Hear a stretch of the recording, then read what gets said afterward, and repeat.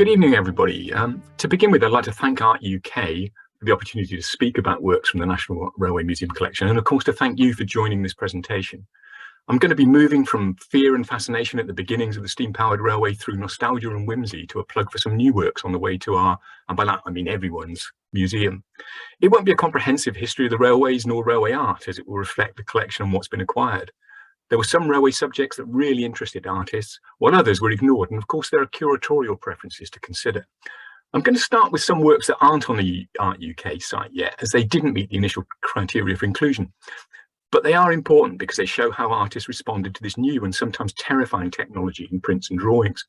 So just to introduce the museum, we're part of the Science Museum Group. The National Railway Museum has been in York since 1975 and also has a site at Shildon in County Durham.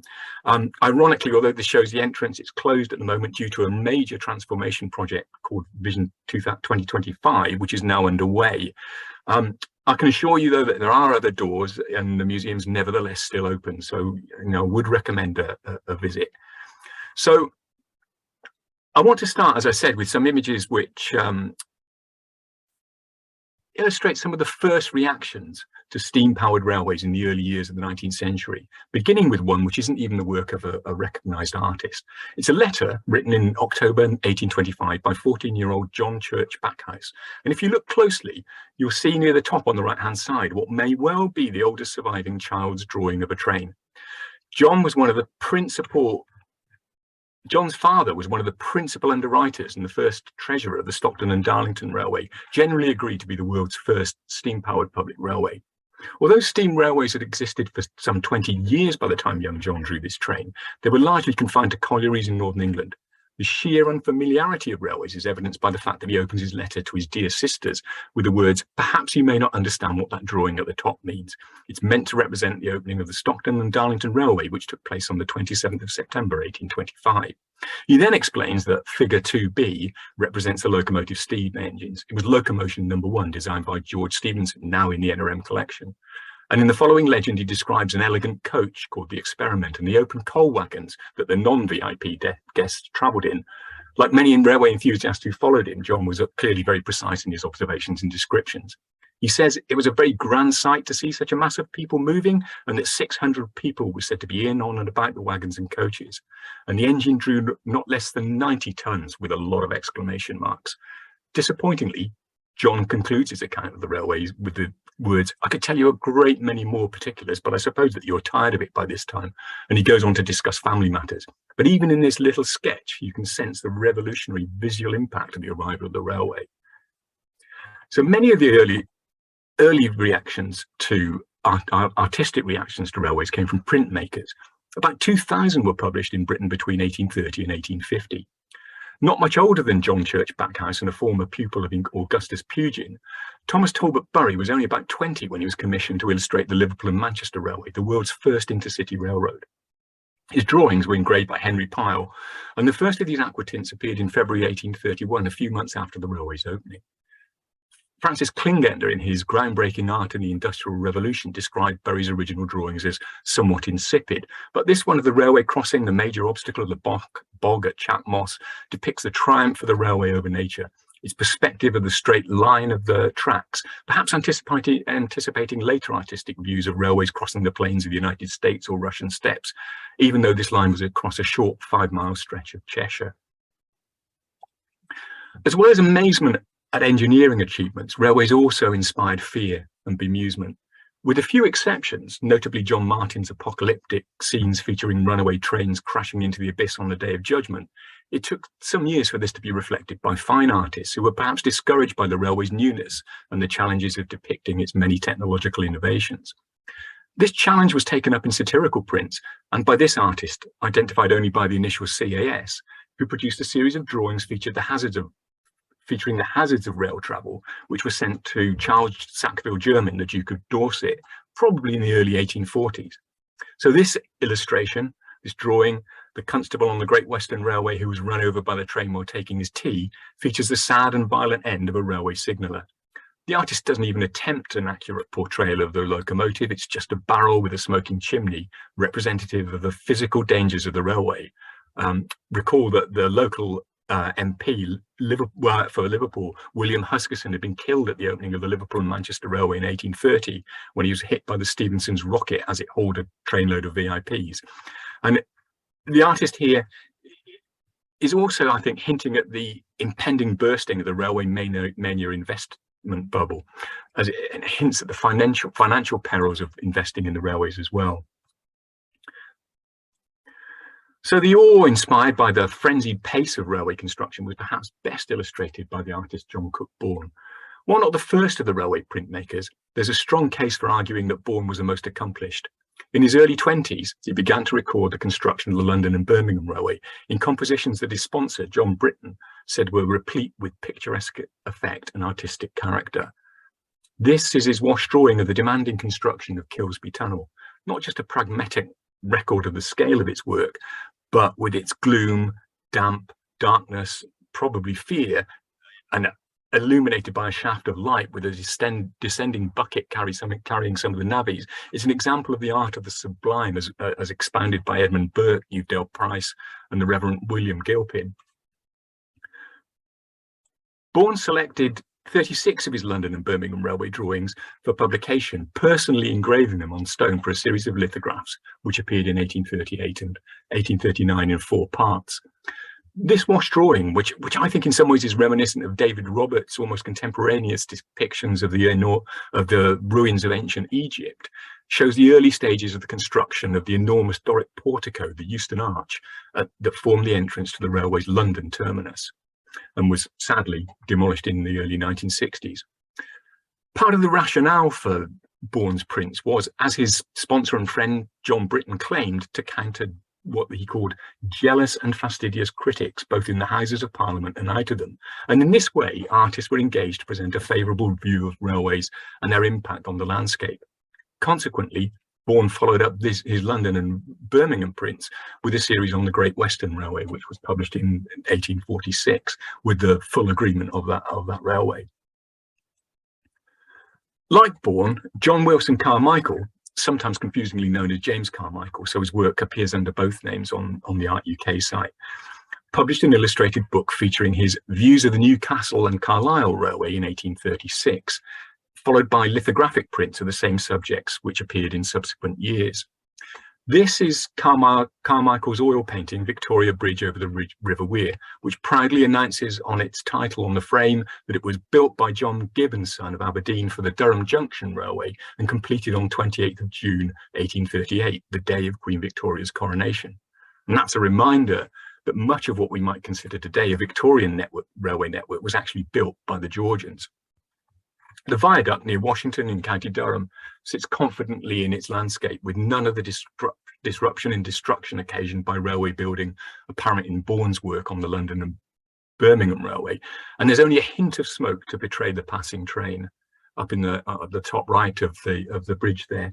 At the water's edge are what Klingender called in descriptions of more traditional landscapes, noble and hurried peasants pursuing their simple tasks in idyllic surroundings, and characteristic of those paintings that avoided industrial subjects, but which also became typical in many depictions of railways, helping to show them comfortably assimilated in pastoral settings like this one.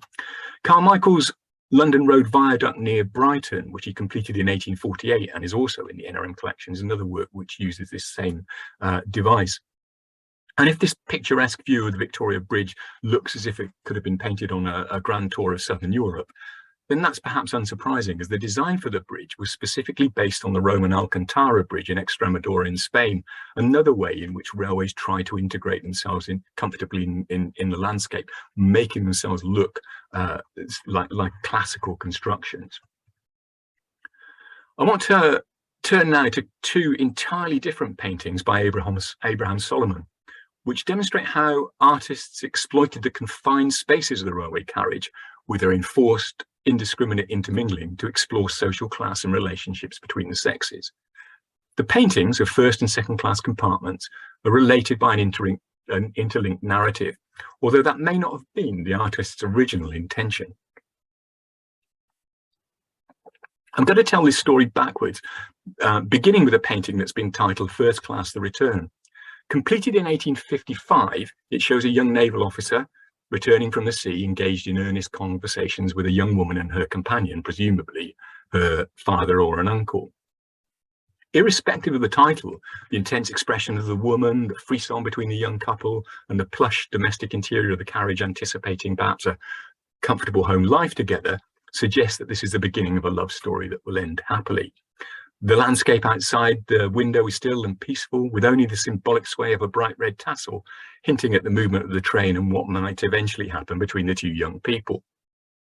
But interestingly, this wasn't Solomon's first attempt at this subject. In an earlier version, more explicitly titled First Class, the Meeting and at First Meeting Loved, which was shown at the Royal Academy's 1854 exhibition, the young man wasn't a virtuous naval officer, but an angler returning from a fishing holiday, and scandalously, and against any sense of Victorian middle-class propriety, was talking directly to the young woman while her chaperone slept. Critics at the Royal Academy exhibition complained that the subject was vulgar, the young man an arrant spoony. And you can see earlier versions of this work on Art UK at Southampton City Art Gallery and the Yale Centre for British Art. So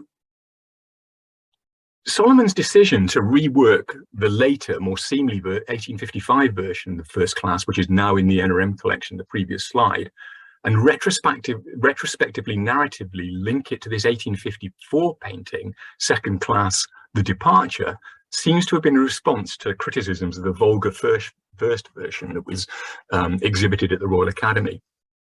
So this painting, in contrast, shows the sparse interior of a second-class compartment as a teenage boy prepares to leave his widowed mother and sister. Advertisements on the walls and the shipping incongruously seen through the carriage window right, the train could almost be heading into the sea, suggests that the boy is bound for Australia, which in the 1850s was in the grip of a gold rush. Added to the pathos is the fact that in railway compartments, you can't choose your travelling companions, and in second class, this dwindling family must share their grief with a sailor and his partner, both clearly old hands at farewells and not particularly sympathetic to this sad scene. At the Royal Academy in 1854, this painting had originally been exhibited alongside the more racy version of First Class, featuring the sleeping old gentleman and the less demure young woman. In more clearly connecting the young naval officer to the boy in this painting, he is this boy returned, and the sad backstory of Second Class, exemplified in its subtitle from Shakespeare's Timon of Athens, "Thus part we rich in sorrow, parting poor," the arrant spoony angler disappears. While Solomon places his passengers, whether enthusiastic or reluctant, in a narrative setting, this painting by an unknown artist probably just reflects the reality for many railway travellers in the mid-19th century. It was completed at about the same time as Solomon's carriage interiors and is ironically titled Seats for 5 Persons. You can see that painted on the wall of the carriage. There are actually 12 passengers squeezed on just one side of a third-class compartment, and this is a journey we can probably all relate to. The woman at the centre refuses to budge. There's a crying baby, a rather knowing amorous couple, and other people's unwanted music. Inevitably, this wasn't a subject confined to Britain's railways, and artists in other countries, including Honoré Daumier and Gustave Doré in France, depicted similar scenes. The station was another setting that proved irresistible to artists, exemplified by William Powell Frith's The Railway Station of 1862, showing the drama of a train departing London Paddington. The National Railway Museum has George Earle's impressively executed, but rather staid depictions of well-heeled passengers departing London's King's Cross station in the 1890s. These are titled Going North, and the scene showing the return from Perth is called Coming South. And we also have Terence Cunio's wonderful panoramic view of Waterloo Station concourse. But here I want to leap forward into the 20th century and showcase another artist, Spencer Gore. So this is Gore's Letchworth Station, which he completed as he stayed at the Letchworth home of his artist friend, Harold Gilman, in the late summer of 1912. Gore was a member of the Camden Town group with a mission to investigate and represent everyday urban life, claiming that he always found things more interesting as they are. Letchworth, the first garden city with its fusion of the urban and rural, clearly appealed to Gore, and he completed 20 works in his short stay there, including this painting of the temporary station on the Great Northern Railway branch line between Hitchin, Royston and Cambridge. It's executed in blocks of vivid colour, with thick layers of paint and geometric shapes that the railway lends itself to well. Gore clearly liked the railway. I think that's something that's worth emphasising for all the artists featured in this talk. You don't devote that amount of time to depicting railway subjects without actually liking them, I feel. And a year or so earlier, Gore had accurately depicted a little London and North Western saddle tank locomotive in his Nearing Euston station, which is now in the Fitzwilliam Museum in Cambridge, and it's also available to see on Art UK. And just a plug here for Art UK, when you're compiling this kind of research and investigating collections, it's a brilliant resource for looking at related works by artists and their collaborators. So while in Letchworth, Gore completed other paintings in a similar style of local roads and pathways. Roads can be both inviting and troubling. Who knows what's around the next corner, but also reassuring, bringing a sense of order to a landscape. Perhaps for many artists, including Gore, the railway with its tracks to guide the trains or running to a strict timetable and controlled by signals was even more comforting. So Nearing Euston Station was in a looser impressionistic style, but Letchworth Station's a post-impressionist work and appeared in the critic Roger Fry's influential second post-impressionist exhibition at the Grafton Galleries in Mayfair in October 1912. This connection has led to Letchworth Station being one of the most loaned paintings from the National Railway Museum collection. So appropriately given its subjects, it's travelled widely in the UK and overseas. But sadly, not long after his stay in Letchworth in his most prolific period, Gore died of pneumonia in March 1914, so we just don't know if he would have returned to railway subjects. We've already seen artworks created for railway companies, and in the first half of the 20th century, designs for posters provided regular income for a growing body of artists. Leonard Campbell Taylor was not one of these, but as we shall see, he was persuaded to complete works for the London, Midland and Scottish Railways in the interwar years. Taylor specialised in traditional, tranquil, timeless interiors in a realist style, a style that was well suited to this portrayal of a relaxed and sophisticated first-class restaurant car. Through the window is an equally tranquil coastal landscape, presumably Scotland, echoing the serenity of the view from Abraham Solomon's first-class compartment. This was completed in 1935, by the way. Taylor was first encouraged to complete a poster design by Norman Wilkinson, a prolific poster artist who in 1923 convinced the publicity managers of the newly formed London, Midland and Scottish Railway that it should employ Royal Academicians to add a touch of prestige to their new brand. Taylor had trained at the Royal Academy and was a regular and productive exhibitor, but this landscape of Peveril Castle in the Peak District was not a typical subject for him, but it was great for a poster design. Taylor was far from the typical poster artist too, but for all the avant-garde poster designs displayed on the London Underground, the archetypal main line railway posters from the 1920s to the 1960s, like this one, played on notions of changeless rural landscapes, a deep past and an enduring sense of national identity. An artist who did at least produce one poster work for the railway as part of the Royal Academy series in the 1920s, Stanhope Forbes, is best known as one of the founders of the Newlyn School of painters based in the western tip of Cornwall. But he also had strong links to the railway as both his father and older brother were senior railway managers. Forbes was drawn to Cornwall by the clear coastal light and the opportunity to paint ordinary working people in a social realist style. His typical subjects were found in the local farms and fishing villages, but perhaps inevitably given his family background, he was also drawn to the railway. In 1925, he painted a lively depiction of a train in a bustling Penzance station, the warm light of the seafront beckoning from the gloom of the train shed, and that's now in the National Railway Museum collection. This is a far more tranquil scene, Through the Marshes, which he painted in 1927, and it shows a local Great Western Railway train steaming off into the distance as it crosses Marrow's Iron Marsh. In the foreground, a gang work on maintaining the track. The subject Forbes had painted for the poster he completed for the London, Midland and Scottish Railway 3 years earlier. With such an extensive collection of original poster artworks, some of the most unlikely subjects can appear in a railway museum collection. This is To York, Dick Turpin by Doris Zinkhuisen, commissioned by the London and North Eastern Railway in 1934. It depicts the highwayman of legend, Dick Turpin, astride his horse Black Bess just outside York, with the minster in the distance. The scene is based on the Turpin who was the hero of William Harrison Ainsworth's 1834 Gothic romance novel Rookwood, not the real-life thug who was hanged on York's Knavesmire in 1739. Zinkhuisen was a hugely versatile theatre designer of both stage sets and costumes, a society portrait painter of both people and horses, a book illustrator and an accomplished equestrian. And during the Second World War, she also served as both a nurse and an official war artist. In the 1930s, she produced posters for all of the mainline railway companies. Zinkhuysen's designs were virtually all, like this one, historical subjects, executed in this rather fanciful style, sometimes depicting what seemed like deliberately obscure events that were expected to keep places served by the railways in the public consciousness through the medium of the poster. Doris Zinkhuysen's sister, Anna, was also a poster artist, as were most of the women artists represented in the National Railway Museum collections. Also well known for his posters, and I'm leaping forward again now, and many other railway works, is Terence Cunio, one of the most technically accomplished and productive railway artists. Cunio was born in 1907 to parents who were both artists, and from an early age he showed a fascination with painting and drawing railways. His first railway work was actually a 1942 painting of a watermill in Essex, which the London and North Eastern Railway publicity manager spotted at an exhibition and asked to publish as a poster publicising services to East Anglia.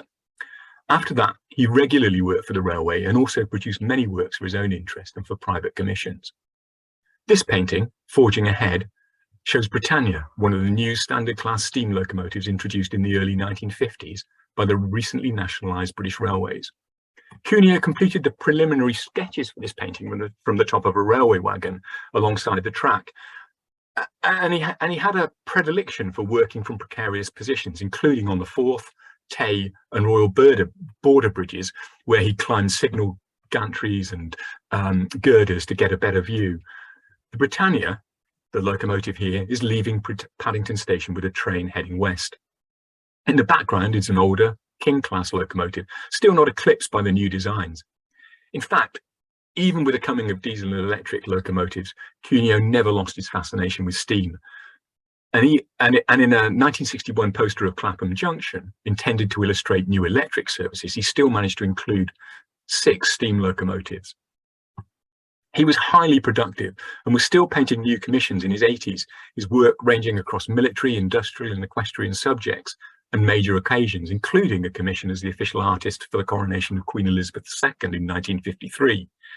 Cunio, unlike some railway artists, was at ease depicting all types of technology, but it is probably as a railway artist that he's best remembered, and he's still widely imitated today by artists recreating nostalgic railway scenes.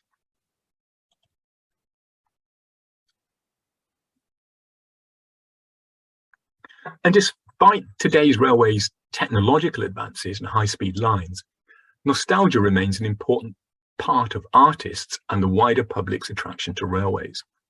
This is a recent and very popular acquisition to the National Railway Museum collection. It's part of a kinetic sculpture called A Quiet Afternoon in the Cloud Cuckoo Valley, the last and largest of the automata created by Roland Emmett, one of Britain's foremost artists in the field of kinetic sculpture. It was built in 1984 for a shopping centre in Basildon, but never installed, and was purchased for the collection with the support of the Science Museum Foundation, the Art Fund and the Friends of the National Railway Museum. So, born in London in 1906, Emmett studied at the Birmingham School of Arts and Crafts before working as a commercial artist and then for the Air Ministry during the Second World War. He began producing cartoons for Punch in 1939 and was known for his intricate drawings that were inspired by the wonders of Victorian engineering and often featured unusual trains hauled by engines with elongated boilers and tall chimneys and carrying a strange array of passengers in the train behind. And there's a sequence in this sculpture of 8 different scenes which are visited by this railway. In 1951, Emmett had designed a real-life version of his fictional Far-Twittering and Oyster Creek Railway for the Festival of Britain, at which it carried over 2 million passengers. So A Quiet Afternoon in the Cloud Cuckoo Valley reprises that theme with 8 separate automata, each representing a scene on a journey on Emmett's fictional Far-Twittering and Oyster Creek Railway. This is the locomotive, appropriately named Wild Goose.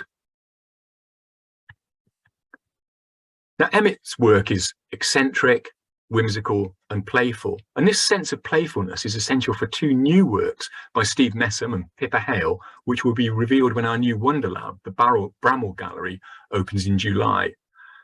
It's our intention that all major new gallery developments in the Science Museum Group will include contemporary art commissions, while at the National Railway Museum, we'll continue to collect contemporary and historic works of art that reflect the many ways in which artists have been inspired by railways. Thank you very much for listening. Thanks once again to Art UK for having me. So I'll just say at this point, good evening and thanks a lot.